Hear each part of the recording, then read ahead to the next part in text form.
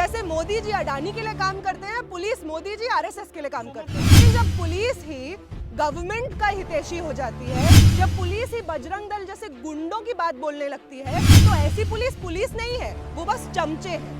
अगर कांग्रेस चाहती है कि जिस चीज के लिए वो बीजेपी को गाली देती है, उस चीज के लिए उसको गाली, उसको क्रिटिसिज्म ना सुनना पड़े, तो बीजेपी की तरह हरकत करना बंद करें।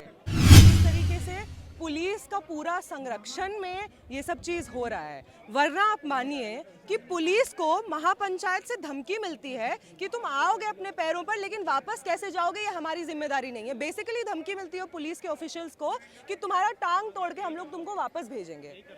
पब्लिक ऑफिशियल्स जो अपना ड्यूटी एग्जीक्यूट करने का कोशिश कर रहे हैं, और ऐसा लोग जो हत्या के लिए वांटेड हैं, उनके घर में जाकर तहकीकात कर रहे हैं, इन्वेस्टिगेशन कर रहे हैं, और ऐसे लोगों को आप धमकी दे रहे हैं कि अगर आप वायलेंस के खिलाफ इन्वेस्टिगेशन करेंगे तो तुम्हारा टांग तोड़ देंगे। और इस बात पे दिल्ली और इस बात पे हरियाणा पुलिस क्या करती है? कुछ नहीं करती है। अगले दिन नाम हटा लेती है मोनू मानेसर का। अगर यही रोल, यही पुलिस का कामकाज है कि पुलिस लॉ का रक्षा करने के बजाय, लोगों का रक्षा करने, सिक्योरिटी के लिए रिस्पॉन्सिबल होने के बजाय अगर मोनू मानेसर को बचाने में लग जाएगी, बजरंग दल के गुंडों को बचाने में लग जाएगी, तो आम जनता है वो पुलिस की इज्जत क्यों करे? अगर पुलिस अपना काम नहीं कर सकती है, जो हत्यारे हैं उनको गिरफ्तार नहीं कर सकती है, लोगों को सिक्योरिटी प्रोवाइड नहीं कर सकती है, तो पुलिस का काम क्या है? इस तरीके का कामकाज कि जो उनको हरियाणा सरकार से हिदायतें दी जा रही हैं, या बजरंग दल के गुंडे जैसा उनको जहां जाने को कह रहे वहां चले जा रहे हैं, जो शब्द उनके मुंह में डाल रहे वही शब्द बोल दे रहे हैं, अगर यही करना होता तो पुलिस में क्यों भर्ती हैं? क्यों पुलिस का नाम खराब कर रहे हैं? ऐसे बहुत सारे पुलिस ऑफिशियल्स हैं जो तमाम देश की पुलिस में, जिन लोगों ने जस्टिस की खोज में, सच की तलाश में लोगों को सिक्योरिटी देने की वजह से अपनी जानें गंवाई हैं। और एक ये हरियाणा पुलिस है जो मोनू मानेसर का नाम हटा देती है अपने लिस्ट में। इनको बहुत बोला जाता है कि आप पुलिस के खिलाफ है।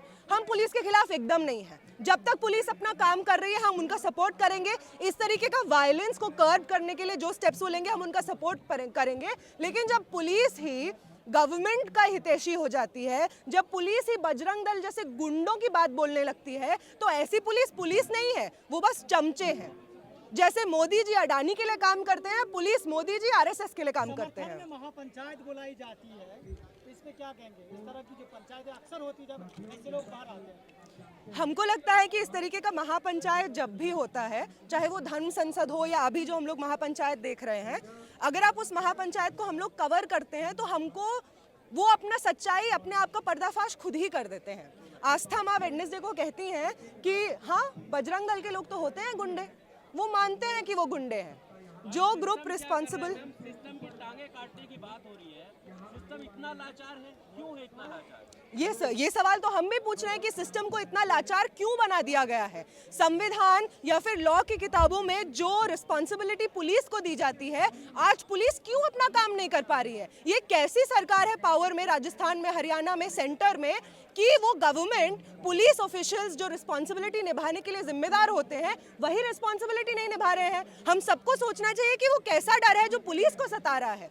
ऐसा ऑफिशियल्स जिनके पास तमाम तरीके का स्टेट का अधिकार होता है, वो लोग डरे हुए हैं। अगर वो लोग डरेंगे तो आम जनता का क्या अधिकार होगा? बार बार लेकिन हमेशा सवाल होते रहे हैं कि बीजेपी शासित राज्यों में लोगों पर जुल्म होता है, गाय के नाम पर मारा जाता है, बच्चा चोरी के नाम पर मारा जाता है। लेकिन यहाँ तो जो बीजेपी सरकारों के रवैये रहे हैं, वही कांग्रेस की सरकार जो राजस्थान में शासित राज्य में है, उसका भी वही रवैया है। वहाँ पर वो मैन आरोपियों का नाम निकाल रहे हैं और उनको गिरफ्तार करने की कोशिश तक नहीं की जा रही है। तो कैसे आप कांग्रेस और बीजेपी को एक ही नज़र से देख रहे हैं?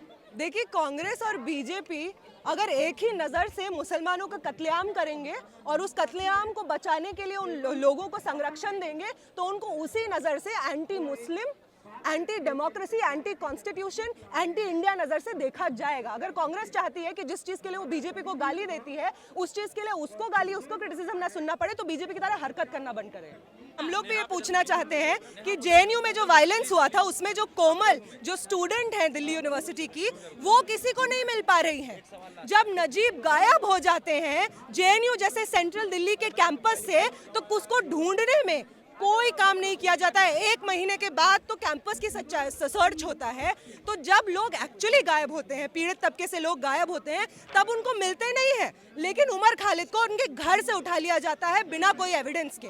हम ये जानना चाहते हैं कि अगर इसको इंडिया को लार्जेस्ट डेमोक्रेसी बोलते हैं, तो ये कौन सा डेमोक्रेसी है जहाँ पे जो लोग का आरोप सिद्ध नहीं है, जिनके खिलाफ एविडेंस नहीं है, वो जेल में बंद है, और जो साफ तौर पे आरोपी हैं वो खुलेआम पब्लिक में स्टेटमेंट्स दे रहे हैं। बीजेपी के लीडर्स उनके क्या बोलते हैं समर्थन में रैलियां निकाल रहे हैं। मानेसर में महापंचायत का आयोजन होता है और वहाँ कहा जाता है कि मोनू मानेसर को फंसाने की कोशिश की जा रही है, हम उसके साथ हैं, वो निर्दोष। वैसे तो कुलदीप सेंगर के लिए भी निकाला गया था कि हमारा विधायक निर्दोष है, यति नरसिंहानंद के लिए भी निकाला गया था कि हमारे उनको कुछ मत बोलिए। तो मतलब क्वेश्चन ये नहीं है कि ऐसा किया जा रहा है, ऐसा एकदम किया जा रहा है।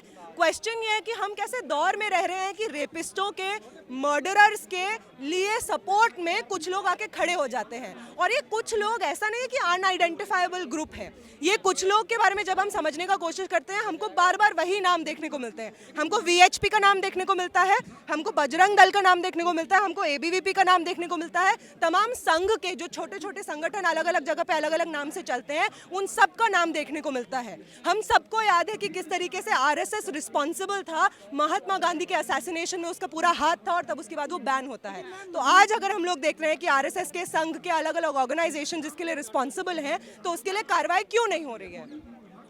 मीडिया जो है गौ तस्कर वर्सेस गौ रक्षक दे रहे हैं, मीडिया जो दे रहे हैं हेडलाइन गौ रक्षक वर्सेस गौ तस्कर। यहाँ पे आप एक शायद आपने पोस्टर कैप्चर किया होगा जिसमें पूछा जा रहा है, जिसमें कहा जा रहा है कि गौ हत्या नहीं लेकिन इंसान हत्या सही।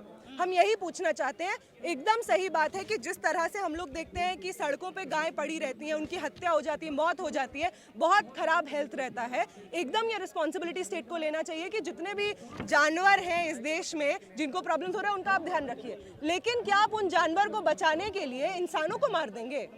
क्या हम इस दौर में पहुंच गए हैं कि इंसानों को मारा जा सकता है? ऐसा कानून बनना चाहिए कि मुसलमान जो है गाय को हाथ ना लगाए या ना उसको रखे ना पाले, ऐसा काम कर देंगे। ऐसा तो चाहते हैं, संघ के लोग चाहते हैं कि इस तरह का बात बोले, लेकिन आप कभी देखिएगा ये कभी पॉसिबल हो नहीं पाएगा, क्योंकि जिस दिन इस तरीके ये इम्प्लीमेंट हो जाए उनका धंधा बंद हो जाएगा। उनको प्रॉब्लम इस चीज़ से नहीं है कि गाय का क्या हालत हो रहा है। अगर उनको इस चीज़ से प्रॉब्लम होती तो अलग अलग स्टेट्स जो क्लेम करते हैं कि हम लोग गाय को बचाना चाहते हैं, वो शेल्टर्स बनाते, काउ शेल्टर्स बनाते। काउ शेल्टर्स जो जितने यूपी में, हरियाणा में है, वहाँ पे कितना फंडिंग जाता है, इसके ऊपर बहुत सारा कामकाज है कि वहाँ पे गाय पड़ी हुई है, उनकी मौत हो रही है, इतने सारे डिजीजेस हो रहे हैं। तो गाय का बात नहीं है, बात इस चीज का है कि दलित कैसे सांस ले रहा है इस देश में, हिंदुत्व के देश में दलित कैसे सांस ले रहा है, मुस्लिम कैसे सांस ले रहा है। ये भी लोग सवाल कर रहे हैं। बिल्कुल कर रहे हैं। जो यूट्यूब चैनल वो नाम से चलाते हैं, उसमें तो ओपनली पोस्ट करते हैं कि देखिए आज हम लोग इतने सारे लोगों को पकड़े, इतने सारे गायों को हमने बचाया है, और एकदम वो अपना वायलेंस को एडवोकेट करते हैं। जो कल महापंचायत हुई, परसों जो महापंचायत हुई है, उसमें ओपनली लीडर्स ने बोला है कि हम लोग हैं गुंडे। तो अगर आप मान ही रहे हैं आप गुंडे, तो आपका जगह भी वहाँ होना चाहिए जो गुंडों की होती है, जेल में। तो आप जेल में जाइए अगर आप गुंडे हैं तो। अगर कोई गौ तस्करी कर भी रहा है तो ये कितना सही है कि आप उसको जो है इस तरीके से मौत के घाट उतार दे रहे हैं? क्या कानून को अपने हाथ में लेना इतना आसान हो गया है? यही सवाल है कि मॉब जस्टिस जो मतलब नॉर्म हो चुका है। किसी को लगता है कि ट्रेन में कोई अगर इंसान जा रहा है, लगता है कि मुसलमान जैसा दिख रहा है, तो उसके साथ छेड़छाड़ हो सकती है, उसका हैरेसमेंट हो सकता है, उसको मारा पीटा जा सकता है। अगर कोई रास्ते में मुस्लिम इंसान आपको जाता हुआ दिख रहा है, उसका वायलेंस हो सकता है। कोई दलित इंसान अगर किसी गाय के साथ पकड़ा गया, वो चाहे वो कुछ भी कर रहा हो उसके साथ में, डायरेक्ट आप उसको मारा जा सकता है। तो ये जो लेजिटिमेसी मिल गई है इस तरीके के anti social, anti Muslim, anti people, anti constitution, anti democracy तत्वों को, कि वो खुलेआम मौत के घाट उतार सकते हैं लोगों को, और स्टेट और पुलिस कुछ नहीं करता है। पुलिस जो आरोपी हैं उनका नाम वापस ले लेता है। हरियाणा गवर्नमेंट संरक्षण प्रोवाइड करती है एक लॉ बनाने के नाम पे कि हम लोग तो काऊ बचाएंगे हम लोग करके। तो इस तरह का दौर क्यों आया है, कैसे आया है, कौन फोर्सेस हैं जो ऐसे दौर के लिए रिस्पॉन्सिबल हैं कि दो इंसानों का आपस में, हम लोगों का जहाँ पे हम लोग रहते हैं, आपस में दो लोगों का एक दूसरे के प्रति एम्पैथी खत्म हो गया है, मोहब्बत खत्म हो गया है, फ्रेटर्निटी खत्म हो गया है। हमको समझने का, पूछने का जरूरत है कि कौन फोर्सेस है जो इसके लिए रिस्पॉन्सिबल है। भाजपा का दोहरा रवैया क्यों है? साउथ में कुछ, नॉर्थ में कुछ और बाकी हिंदी पट्टी एरिया में जाएंगे वो भाषी लोग हैं वहाँ कुछ क्योंकि उनका दोहरा इसलिए है क्योंकि उनको सच में उनको कोई चिंता थोड़ी है गाय बचाने की, उनको कोई चिंता थोड़ी है हिंदू महिलाओं की जिनके नाम पे वो बार बार कहते हैं कि मुसलमान तो लव जिहाद करते हैं, उनको मार दो। उनको कोई चिंता नहीं है। और ये बात साफ झलकती है जब आप खुद कह रहे हैं कि वो अलग अलग स्टेट्स में, अलग अलग राज्यों में अलग अलग रवैया अपनाते हैं। हमको समझ में आता है कि जहाँ जिस राज्य में जो हथकंडा अपनाने की ज़रूरत है सत्ता को पाने के लिए, वो हथकंडा अपनाते हैं। बहुत शुक्रिया।